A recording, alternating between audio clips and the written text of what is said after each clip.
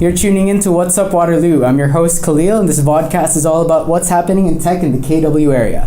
Thanks for stopping by. Today's episode is brought to you by nklg.ca, nice kids making nice clothes, and Adam code /Zilchers. Listen to some fun tunes and rock and roll vibes with the link down in the description. Our first show was a major success, so let's keep it rolling. Today I'm joined by the Global Business Brigades UW members. They're part of an international movement of university students and professionals building economic opportunities in the developing world. They work alongside promising entrepreneurs and experienced year-round staff to create financial opportunities in remote, rural, and under-resourced areas of Panama, Honduras, and Ghana. You can find them at facebook.com/GBBUW. Thanks for joining me today. How's everybody doing? Good. Yeah? Okay, could you tell me about yourselves? If we could start with Amir. For me, I think I started on a medical brigade, and so I started with Global Brigades in 2015 on a medical brigade, and then after being introduced really what business and economic development does, and there's a cool saying, I'll start off with this saying in business brigade, something that we kind of follow is that if you give a man a fish, you feed him for a day, but if you teach a man a fish, you feed him for a lifetime. And I think that's really talks about the essence of what we're trying to do, and I think this was already echoed when Jennifer was saying is that we're trying to make real impact. Yeah. And for me that caught me off guard, where a lot of organizations when they go abroad, you take the cool pictures with the kids, it looks nice on your profile, you have nice stories to share, but what happens after? Who's following up after? That gap was always missing for me. And when I heard about the Global Brigades model and how they actually have full-time staff in the countries that they work in, and everything else in all the other countries, the students that go abroad is entirely student-led. So you have student leaders, getting these student groups abroad all the time without any support essentially or guidance of this is what you should do, this is how it should be done. So we have a lot of kind of free range in that sense. So the free range aspect and the independence aspect, but as well as to be entrusted with the opportunity to start an organization was something that really got me interested. But for me, what got me passionate and what got me hooked was the fact that after I went on my first brigade, I realized that we were actually helping real people. And sometimes you don't have to make the biggest impact in the community. Sometimes if you're able to just help a couple people at a time, but do that over a longer period of time, that builds up to a lot. And you don't know where, the aftermath or where the dominoes go after, right? You might just go in on that one trip and just push that first domino with your business, for example. So one of the businesses we had last year had maybe revenues of $200-300 a month.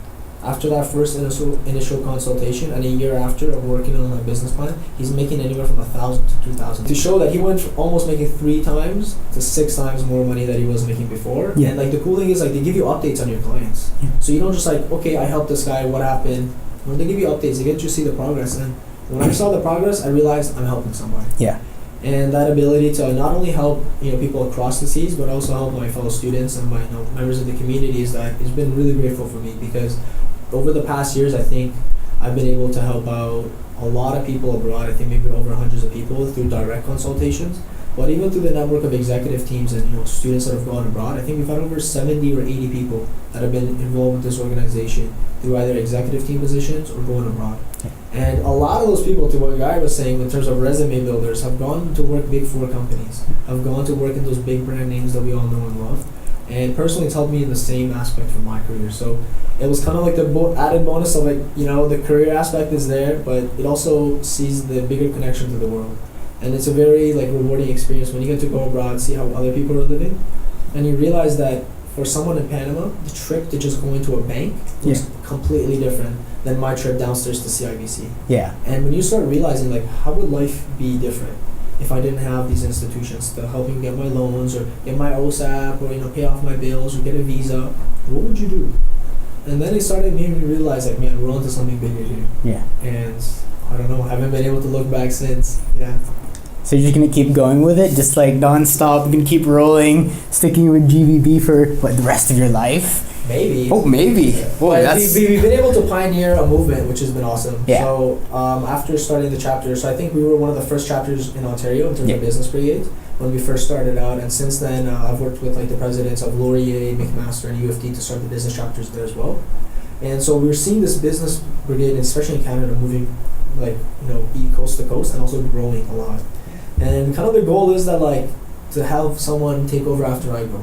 Because I think that's really in the nature of the organization, where you're trusting students with that leadership, and it's based on passion. So if you want to do this and this is something you care about, you have the opportunity to do it. So I think that's really the way to benefit.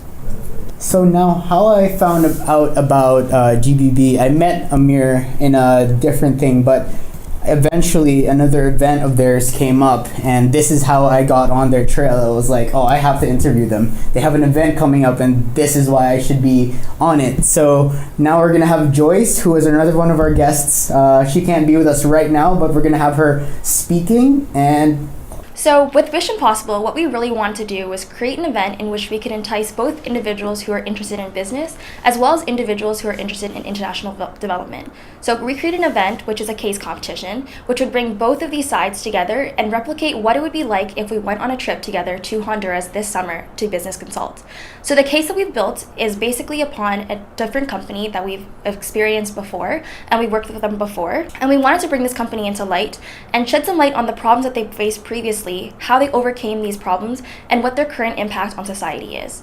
So we've built this case, and we want individuals to come in, work on this case, provide new recommendations for the company, help this company to grow, and hopefully we can use the solutions that these attendees come up with and then future implement them with the company. So our competition is going to be on March 24th. It'll be a short day. It'll be held at RCH. And essentially, a lot of attendees will come in. They'll compete in teams of 4, 3, 2, or 1. You can register at our website at missionpossible.ticketfi.com. And Ticketfi is spelled with one I at the end. When you come in to compete, the winning team can win over $100 in prizes.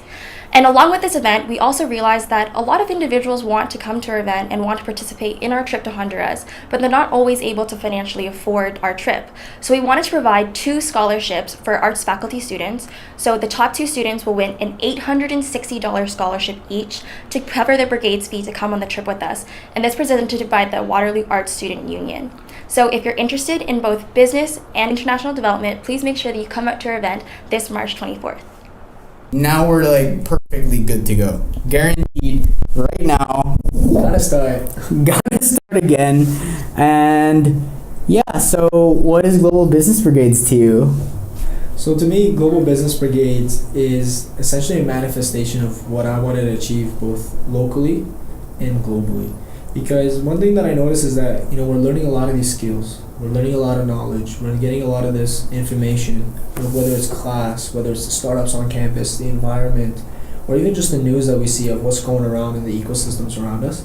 And you find that there's no way for us to get involved. And we find that a lot of the solutions that we're actually working towards are the solutions and the problems of, the more well-off, individuals in society. And a lot of those individuals are working and they're living and, they're going through their day-to-day life without a lot of the infrastructures and a lot of the resources that we have, live completely different lives. And we don't even hear about them in the news as actively, or even in our courses to bring awareness for us of hey, what's going on in, middle of Africa? What's going on in South America? What's going on in Asia? Are we as students really educated to that sense? And are we really doing something to be a global citizen, to make an impact globally? So for me, Global Brigades really became this opportunity to get involved both locally and globally. So helping those businesses, those communities abroad with the business consulting that we do, helping set up the community banks, or even if it's the financial literacy workshops that we host, but also helping locally. So helping my fellow colleagues at school, and now they're my friends. A lot of the exec members are friends, so I think it's hard to call them colleagues at this point. And really just giving them opportunities to shine, to really show their skills and what they're passionate about and their creativity, and make a platform so that not only can we thrive and finding students to help those countries and helping those businesses abroad, but let's find a way for us to make our resumes better, get the skills that we need that align with our career goals. So in a nutshell, Global Brigades is really what I'm trying to do, to both act locally and globally, right? But having real impact. Right? We're not gonna go abroad and take a couple pictures and look nice and be like, hey, I help people, look at me, I'm an awesome citizen. No. Playing soccer almost, basically. Right. And some things that you might see in other volunteering trips. No, we're there to do work, we're here to provide solutions, and the cool thing is we actually mimic the consulting process you might find in big companies here. So your experience when you're participating in trips like this and you're going abroad and you're consulting these businesses is very much similar to the consulting process that happens here in big companies. So that's really for me what Global Brigades is just an opportunity to make a real impact that actually makes a difference in people's life, but also see what that impact can do years down the line, so that it's not just, hey, I'm gonna do 1 week trip here, we're gonna be helping these guys, and that's it, we're gonna leave it right there. No, we're gonna keep working towards that and building on that as well. So yeah. Guy, you mentioned a while ago a big thing about your first trip and how that getting really involved helped your student life, and it kind of like inspired you to go do more things. For our viewers out there who are not part of GBB yet, but are kind of getting more interested in it now, and like, wow, Amir is passionate about it and everybody else is passionate about it. You had an entire team here a while ago who just wanted to be on the show. Yeah. What kind of things could you share from your experiences to those who are going to be into it in the future? I guess right off the bat, one of the main things that I found so great about my experience with GBB, and especially even on trip rather than on campus, but it really plays to both sides of the spectrum, is that with this sort of meaningful on the ground type of work, like Amir was saying, it's not just taking pictures with the kids and then going back home and forgetting about it and having it as a story you tell at dinner. I'm in environmental resource sustainability. Story at dinner, yeah. Yeah, I mean, this is more something that like you can actually have as an experience rather than something to just remember.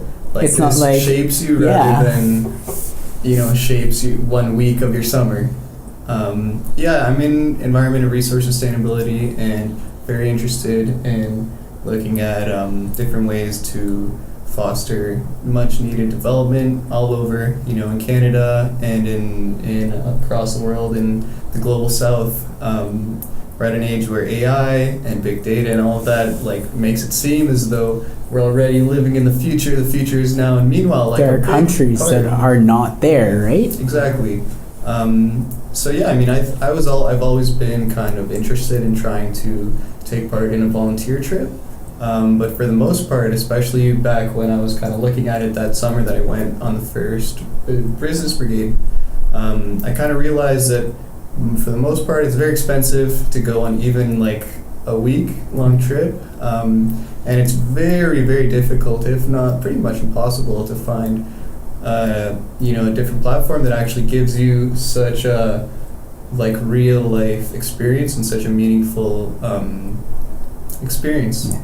I was saying earlier, the whole week I was really just like in awe of what we were actually doing. I couldn't believe it, especially because I kind of joined on a little bit late in the summer. I just saw a Facebook post and saw that they were looking for one more volunteer. I wasn't actually able to come to any of the info sessions during the year. I didn't really know about it until then. And it was such a surprise to me that we were able to actually go down, work the whole day pretty much. And it's, there's time to joke around, and there was a lot of bonding time. But for the most part, you're really there to consult these organizations. You're there to ensure that their level of financial literacy is improved or sufficient or, adequate. A big part of it that I was super interested in was how Global Brigades helps these communities get set up with a community bank or cooperative structure. And I found that, being in environment and resource sustainability, one of my bigger interests as well is sort of how finance and the global economic system sort of, like, without getting really mad, I just feel as though a lot of the capital that is being, grown in such a industrial world doesn't really go to places where it's really needed. And I thought that community banking sort of grassroots model or approach was just such a wild success. You mentioned that it ties into schoolwork. For people out there who are kind of worried that will this interfere with my schoolwork? Maybe there's something too much about it. What can you say? How has it contributed to your schoolwork? Yeah, absolutely. One thing to say is the trips. One thing we try to make sure when we're organizing the trip is that it doesn't actually conflict with any of the school dates or co-op dates. So if you are looking to go abroad, it doesn't actually take away from your studies or the time that you need to study, or even just time you need to move in sometimes for the new semester, right? Last week of August, guys, that's when it is. Yeah. And to answer your question of how does it reinforce what I've learned in school, so being in science and business, I've had the opportunity to do a lot of cases. I've had the opportunity to do a lot of business presentations, business analysis, but also looking at a lot of the biological side of things as well. So whether it's ecology or microbiology, something that I'm a little bit more interested in. And you realize is that we have all this information. Like I go to my accounting classes, I go to my HRM classes, I go to like Introduction to Business in North America, entrepreneurship, strategy, like you name it. We've gone through all sorts of courses to teach us like the different spectrums of business.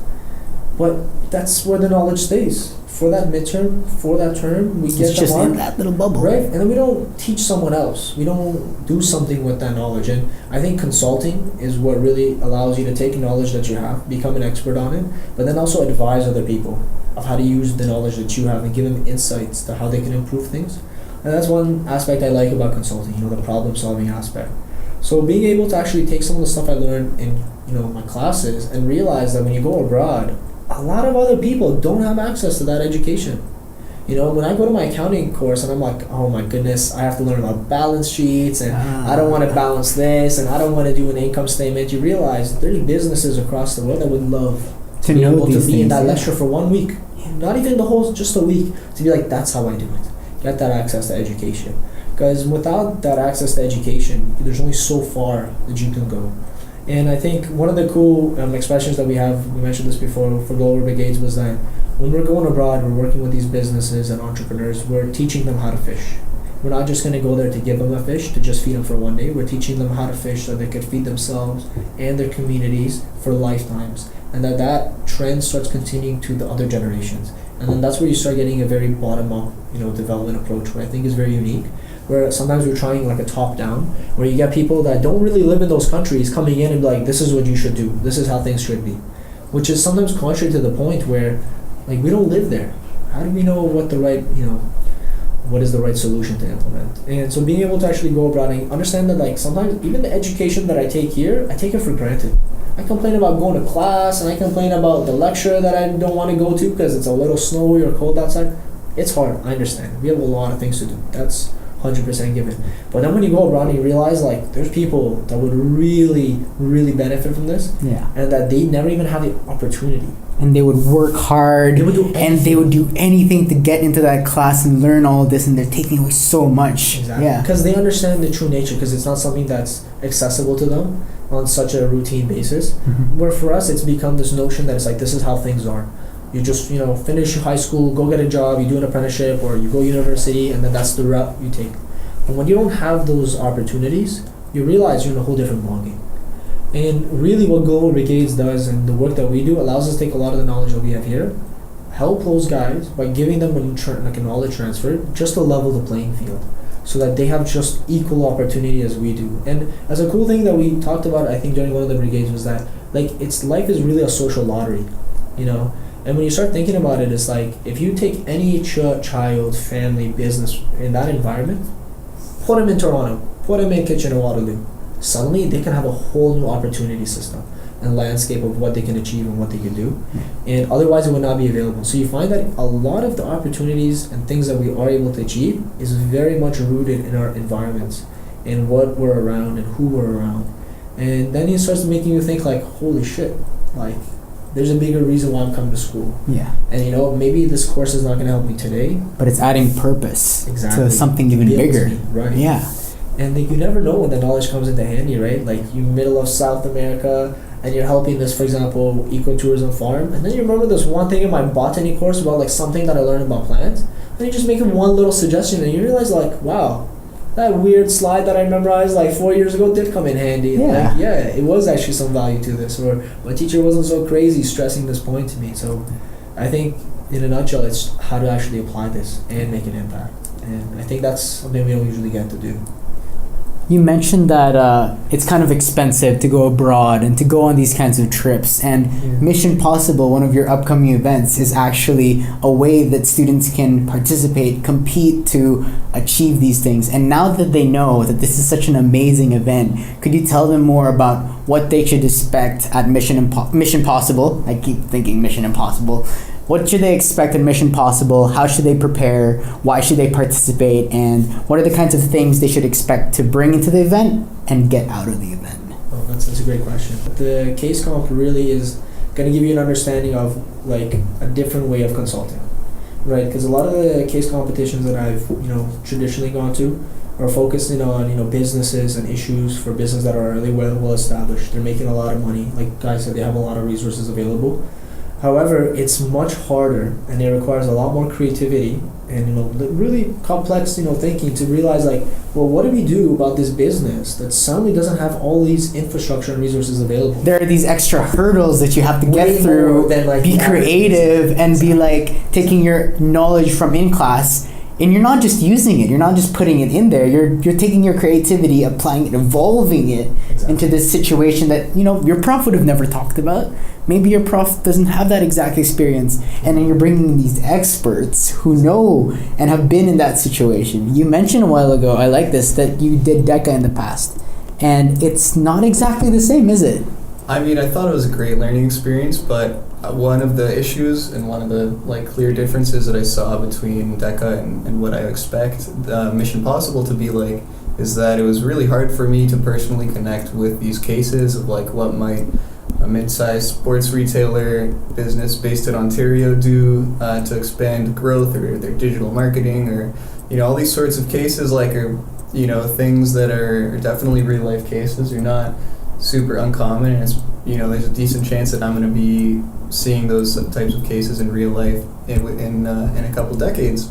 But I really found that these sort of cases in Panama and the cases that and situations and circumstances that are the enterprises within our partner communities actually have to face. I guess it's weird that I can connect with that a bit more because I do live in Waterloo and in Richmond Hill, but things like they're world problems, they're everybody problems. Exactly. They're here and they're now. It's not like 12 years from now you're going to be using that case study experience. It's like, okay, I just went through this case competition, Mission Possible, this year, Right. and oh great, I got into the scholarship. I got that award that they're giving me, and maybe I didn't get the award, but maybe I'm interested because they spurred me onto this. Excellent. A few months from now, you're not just going to be like, oh, I'm applying class lessons. I went through a case competition, and you're applying that Yeah. literally 4 months after in an entire week-long program where you're giving people Absolutely. this value,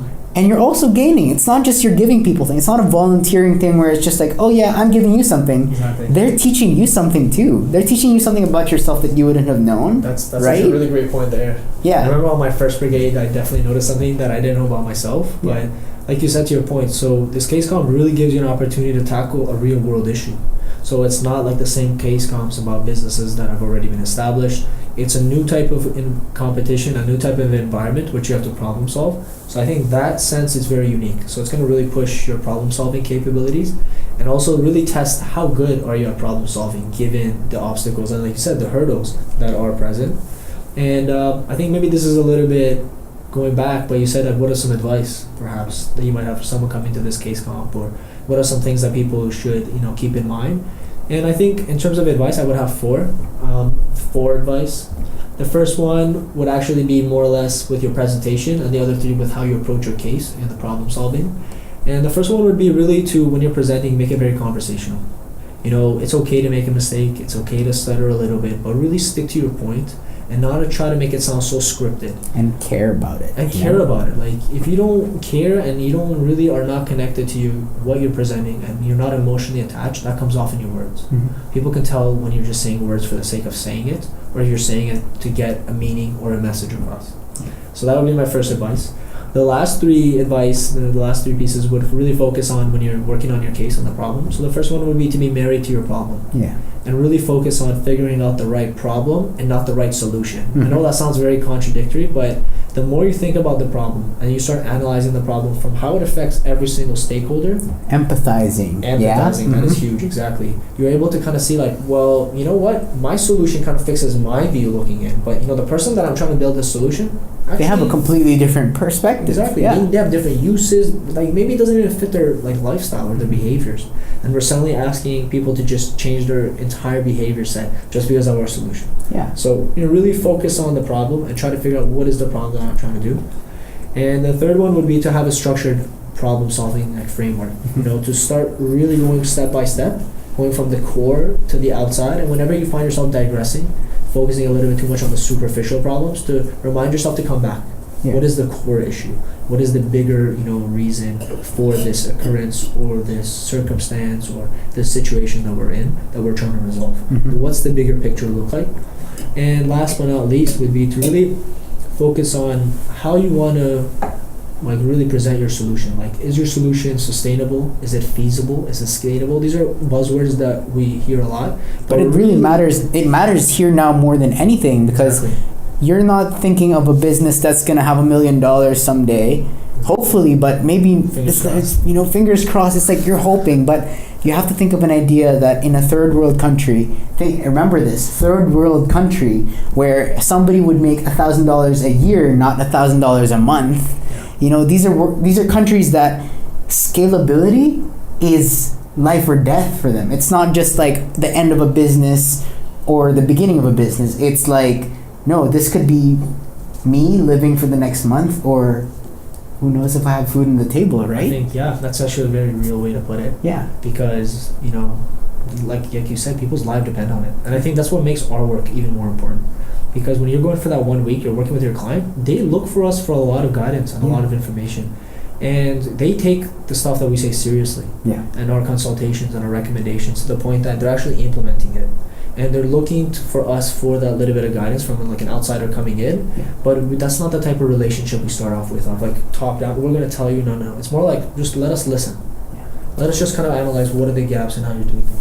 Yeah, I mean, one of the, like I said, I was kind of in awe about what we were even doing on that trip in 2016. And one of the really great things that I found was that we were sort of coached into really caring a lot about the problem. I said this quote in the last take. Again, I'm not sure if it's Albert Einstein who said it, but it's kind of an infamous quote, and it's someone who said that if they're given an hour to find a solution to a problem, they would spend 50 to 55 minutes actually thinking about the problem and then 5 minutes on the solution. That's a quote I learned in my time at Greenhouse this semester, which is an incubator for social impact enterprises. Big shout out to Greenhouse. They've been definitely supporting us since day one. They've been supporting us too at Starter Hacks. So you know what, Greenhouse, you're really on it. Appreciate your help. Good group of people, for sure. I think Tanya's leadership has been huge there. Oh yeah. Like, she definitely takes the time to help. Like, even when we first started out, even if she's like, well, you know what, I don't know how I can help you directly, but I know someone who can help. And I think it's that approach of hers where she's always willing to help, and she always takes the time to listen. Where so many people have engaged with that environment, but also have been able to flourish out of it. Because in terms of the support that she's provided, we've actually been able to go a long way in terms of how we've grown this organization. Okay, so this is now off the cuff, unscripted. We're just gonna keep going and keep our shoot on. We got kicked out, but you know what? Nothing stops the What's Up Waterloo train. Let's keep going. So you mentioned that it's pretty expensive to go on the trip, and we talked about all these opportunities that you can get through Mission Possible. And how big has Math Endowment Fund and all these different like scholarship opportunities for the students been? Like, can you talk more about that? Yeah, absolutely. So I think that's been huge in terms of being able to secure sponsorships to make the trip more financially feasible for a lot of students. Like you said, like, this is a great opportunity to build your resume, build yourself, and at the same time make an impact abroad. But we understand there is financial, obligations and financial stuff that as students, we don't always have that much money, and the costs are not outrageous. But it's the sense that we wanted to support our students, and we got creative. We started thinking about our sponsorship, like how could we do this. And we realized that there's a lot of support from existing organizations on campus, whether it's the Math Endowment Fund or the Art Student Society, where they provide a lot of resources, like financial resources, for students that really want to make a difference. So we made a pitch to Math Endowment Fund last semester, saying that, like, hey, we get 2 math students on every trip, so why not let's sponsor them abroad, and you guys could be the ones providing that scholarship. We can provide that opportunity for 2 distinct math undergraduates to get this very unique first one. So this is like the inauguratory scholarship being handed out. So they can actually have an opportunity to go abroad, fully funded by the Math Endowment Fund. And they can actually be able to really develop themselves, develop their leadership skills, and really become a champion of what we're trying to achieve on campus. So that has been one avenue that we've taken, and similarly this semester we're like, let's do the same thing for art students, right? Because we have a lot of people from arts, and I should mention that our trip is not restricted to anybody. So like you can come whether you're in engineering, you're in applied health studies, or science and business, arts, you name it. You know, global business, digital arts, you name it. Everybody is welcome. We've actually had a lot of GBD students on the trips as well. Yeah. Remember Seoul when she was on the first one? Yeah, she was awesome. And those were our first graphics. Yeah. First promotional materials were so sweet. Nice. So we really run on student effort, and so to keep that going, we presented the similar pitch to Art Student Union, and they were very much on board with what we're trying to do, and they were willing to support art students, which was really awesome to hear. And so we packaged it not like a scholarship, but like a case competition, so that the prize for that case competition is the opportunity to go abroad and not only mimic the case experience that you had here, but actually do that in an actual business abroad, so that you kind of get a similar experience both locally and, again, to the previous point we had, globally as well. And these scholarships are fully funded, so you can literally come on the trip for free, and not to mention it has a lot of professional value as well. So that's what we've been trying to reduce the cost, and as well as partnerships with different organizations, fundraising, bottle drives, bake sales, you name it. We find a way to fundraise money. So a big part of GBB is that you actually go out and do things, get your hands dirty. What's that like? What can people expect coming into the actual scenario and the actual like environment of things? Absolutely. They can expect a very different sort of experience from the regular club experience. I was saying earlier, I was really surprised about how much we could actually get done, how much we've accomplished, and how much responsibility we actually are afforded on this trip. It kind of plays both ways as well, being how on campus, we're suddenly put in charge of actually proposing grant requests to different sorts of local businesses and organizations, partnerships and just different sorts of cross club collaboration opportunities on campus. With Global Brigades, we've really put in the driving wheel, put in the driving seat. I guess from my perspective, just being a leader of this organization for the past couple of years, one of the things that I try to mimic is the same model we have abroad, where we're helping the business entrepreneurs get to the next step. I find like it's kind of my responsibility here, as someone who's had the luck and the opportunity to be able to start this chapter, to really pass this along and help other students, other friends really progress their ideas and their goals as well. So like Guy mentioned, I really believe in being able to empower students, but I also believe that as students we have a lot of great potential.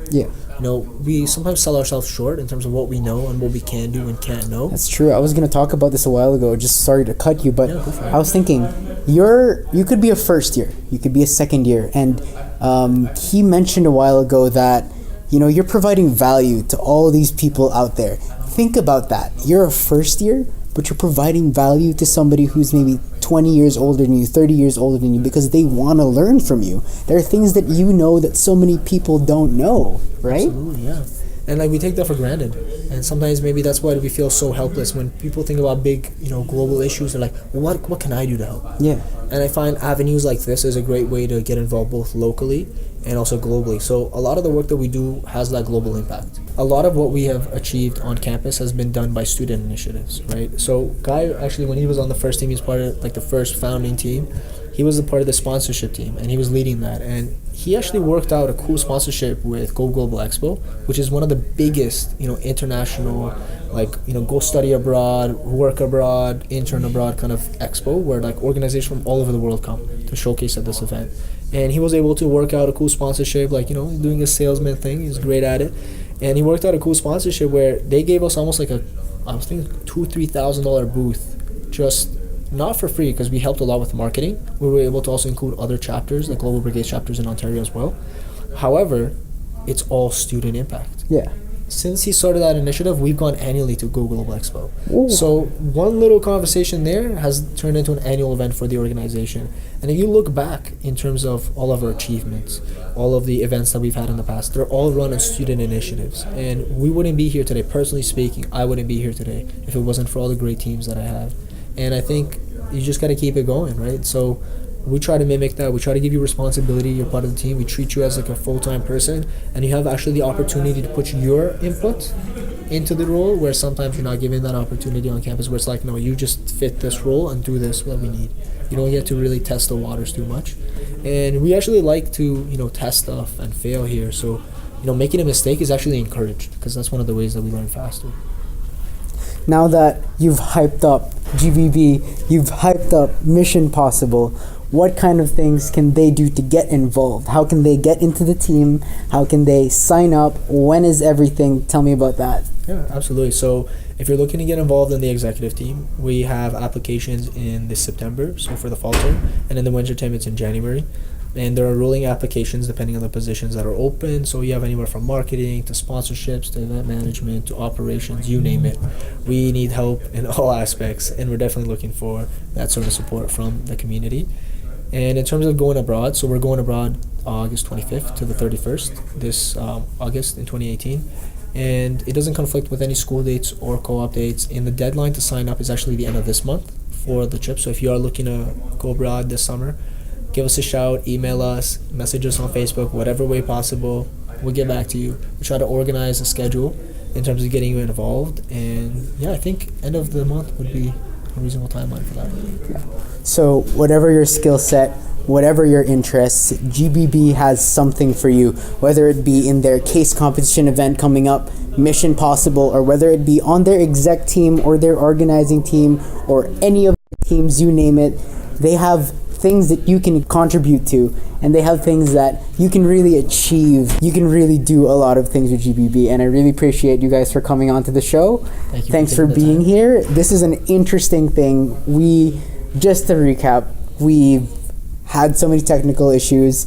We've been kicked out of the room.